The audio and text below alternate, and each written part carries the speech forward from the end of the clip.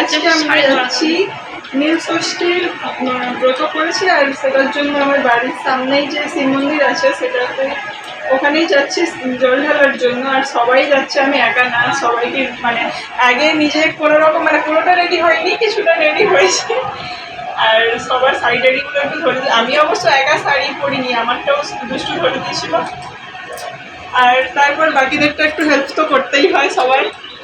তো চলো সবাই রেডি হয়ে নিই পুরোটা, তারপর দেখাচ্ছি আর ওখানে গিয়ে কি করছি না করছি সবটাই শেয়ার করছি। ভিডিওটা কন্টিনিউ করো। হ্যালো গাইস, আমার শাড়ি পরা কমপ্লিট, এবার আমি চুল বাঁধবো।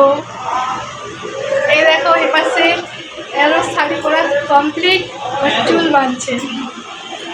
সবাইকে মোটামুটি রেডি করিয়ে দিয়েছি, আপাতত এবার নিজে রেডি হওয়ার পালা। চলো রেডি হই তারপর দেখাচ্ছি। মোটামুটি রেডি হয়ে গেছি আর এখন তাড়াতাড়ি যেতে হবে, সবাই চলে গেছে। চলো ওখানে গিয়ে দেখা হচ্ছে। এই যে আমরা সবাই বেরিয়ে পড়েছি। কে কে আছে চিনতে পারছো? প্রথমে আছে বোন আর দুষ্টু, তারপর আমি আর আমার যা, আর তারপর আছে আমার শাশুড়ি মা আর শেষ শাশুড়ি মা। আর আমাদের সবার সাথে গিয়েছিল বৃষ্টি। ও সবকিছু জিনিসপত্র মানে এক্সট্রা যা কিছু ব্যাগে করে নিয়ে গেছিলাম সেগুলো ও ধরছিল আর ভিডিও করে দিচ্ছিল। বাড়ি থেকে যেহেতু খুব একটা দূরে না মন্দিরটা, তাই আমরা খুব তাড়াতাড়ি এখানে এসে পৌঁছে গেছিলাম। আর এখান থেকে ফুল আকন্দ মালা কিনে নিয়েছিলাম। এখানে যা যা কিছু কেনার দরকার ছিল কিনে নিয়ে এখানে একটা ঘাট বাঁধা ছিল পাশেই, ওখানে পাটা ধুয়ে আমরা মন্দিরের দিকে পৌঁছে গেলাম। মন্দিরের দিকে গিয়ে তো দেখলাম লম্বা একটা লাইন পড়েছে। জানতাম যে এখানে এত ভিড় হয়, সেটা ভেবেই গিয়েছিলাম, তাই খুব একটা অবাক না হয়ে আমরা সবার পেছনে লাইন দিয়ে দাঁড়িয়ে পড়েছি। আর দেখো চারিদিকে লোক দেখো কত। আর এই যে আগেই তো বললাম আমরা সবার পেছনে দাঁড়িয়ে আছি, এই যে দেখো আমাদের পেছনে আর কেউই নেই। আগের বছর এখানে রোদ ছিল, আমরা রোদেই লাইন দিয়ে দাঁড়িয়েছিলাম, কিন্তু এবছর ওপরটা তিরপল দিয়ে ছেয়ে দিয়েছে। কিছুক্ষণ পর অবশ্য আমাদের পেছনেও অনেক লোক এসে দাঁড়িয়েছে, অনেকটা ভিড় হয়েছিল। আর কতক্ষণ লাইনে দাঁড়িয়ে থাকতে হতো সেটা আমরা জানতাম না, তাই কিছুক্ষণ বসেও গেছিলাম। অনেকক্ষণ দাঁড়িয়ে থাকা একসাথে সম্ভব ছিল না, তাই সারাদিন উপোস ছিল। আমরা একাই দাঁড়াতে না পেরে বসে গেছি এরকমটা নয়, পেছনে দেখো আরো অনেকেই বসে আছে। আগেই তো বললাম সারাদিন যেহেতু আমরা উপোস ছিলাম আর অনেকক্ষণ দাঁড়িয়ে থাকতে হয়েছিল, তাই আমরা অনেকটা টায়ার্ডও হয়ে গেছিলাম। ফাইনালি আমরা মন্দিরের দরজার সামনে পর্যন্ত আসতে পেরেছি, প্রায় 2 ঘন্টা লাইন দিয়ে তারপর এখানে আসতে পেরেছি। বাড়ি থেকে যখন বেরিয়েছিলাম তখন দেখেছিলাম যে ঘড়িতে 11টা বাজে, আর ওখানে যখন গেলাম মন্দিরের সামনে তখন মন্দিরের সামনে ঘড়িটাতে দেখলাম যে 1টা বাজে। আমরা কতটা দূর থেকে লাইন দিয়ে এখান পর্যন্ত এসেছি, আর আমাকে সামনে আরও কিছুটা যেতে হবে সেটাই দেখাচ্ছিলাম। সো ফাইনালি মন্দিরে আমরা উঠতে পেরেছি। চলো এবার দেখতে থাকো ভেতরে কি কি হয়।